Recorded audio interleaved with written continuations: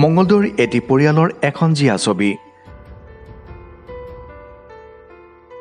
মঙ্গলদৈ নিকটৱৰ্তী জনাৰাম চৌকা গাঁও পঞ্চায়তৰ অন্তৰ্গত এইখন পূব নহাউলি গাঁও।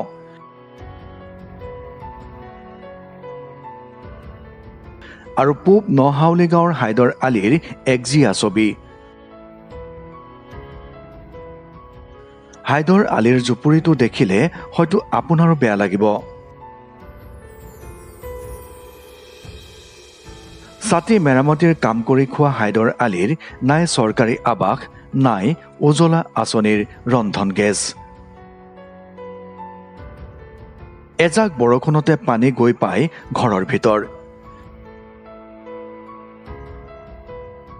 ছাতি মেৰামতি কৰি দিনত পোৱা 100-200 টকাৰে নোজোৰে পুত্ৰ কন্যাসহ 4টি সদস্যৰে পৰিয়ালটো। যি সময়ত চৰকাৰে উন্নয়নৰ ঢাক ঢোল বজাই আছে, তেনে সময়তে মঙ্গলদৈ পূব নহাউলি গাঁৱৰ হাইদৰ আলীৰ ঘৰৰ দৃশ্যই চৰকাৰৰ উন্নয়নৰ ফোপোলা স্বৰূপ উদঙাই দিছে। নামটো হাইদৰ আলী। হয়, আপোনাৰ গাঁও? মোৰ গাঁও নহাউলি। আপোনাৰ কি অসুবিধা হৈছে? মোৰ অসুবিধা তাৰমানে মোৰ ঘৰগিলা অৱস্থা বেয়া। হয়। আৰু মই ছাতিৰ কাম কৰোঁ। হয়। ছাতি ভাল কৰোঁ, কেতিয়াবা 50 টকা পাওঁ, কেতিয়াবা 100 টকা পাওঁ। আৰু বৰষুণ দিলে তেতিয়া মই খাবৰ অসুবিধা হৈছে, মোৰ থকাৰ জেগা নাই, ঘৰ দুৱাৰগিলা অৱস্থা বেয়া।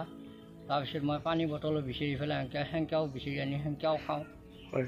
চৰকাৰী ঘৰ দুৱাৰ পাইছে? চৰকাৰী ঘৰ দুৱাৰ একো সাই সুবিধা মই একো পোৱা নাই।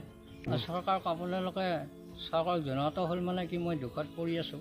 চৰকাৰে কিবা এটা সাহাৰ্য যদি মোক দিয়ে, সুবিধা এটা দিয়ে, ঘৰটো লাইন কৰি দিব লাগে, ঘৰটো কেতিয়াবা যদি লাইন কৰি দিয়ে, মই এটা তেতিয়া মই সুবিধা মই পাম। আৰু মোৰ এতিয়া ল'ৰা 4জন, ল'ৰা চানা হ'ল এটা। এতিয়া 2009 চনত জন্ম পোৱা চলি এটা, সেই চলিটো মোক কি কৰি খুৱাব? মই এতিয়া বুঢ়া অৱস্থা, মোৰ দুখত পৰি আছোঁ। চৰকাৰে যদি অলপ সাহাৰ্য কৰি চাই চিন্তি পেলাই, মোৰ ঘৰত পানীত পৰি আছে, পলিথিনৰ ঘৰ আছে এটা, আৰু টিঙৰ একচেলীয়া ঘৰ আছে, চোতালত পানী আছে। সেনেকুৱা ছটা এটা ভাল কৰিলে আপুনি কিমান পইচা পায়? ক'ৰবাতো 10 টকা পাওঁ, ক'ৰবাতো 50 টকা পাওঁ, আৰু দিনত ঘৰ 100 বা 150 এনেকুৱা টকা পাওঁ।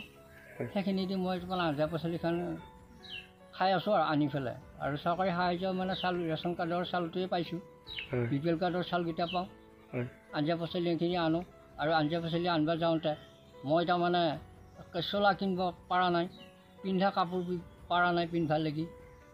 মই দুখত পৰি আছোঁ। এতিয়া হৈ আছে সেইখিনি চৰকাৰে মোক যদি মৰম কৰি পেলাই কিবা এটা দিয়ে, তদন্ত কৰি বিচাৰ কৰি, তেতিয়াহ'লে মই অলপ সুবিধা পাম আৰু।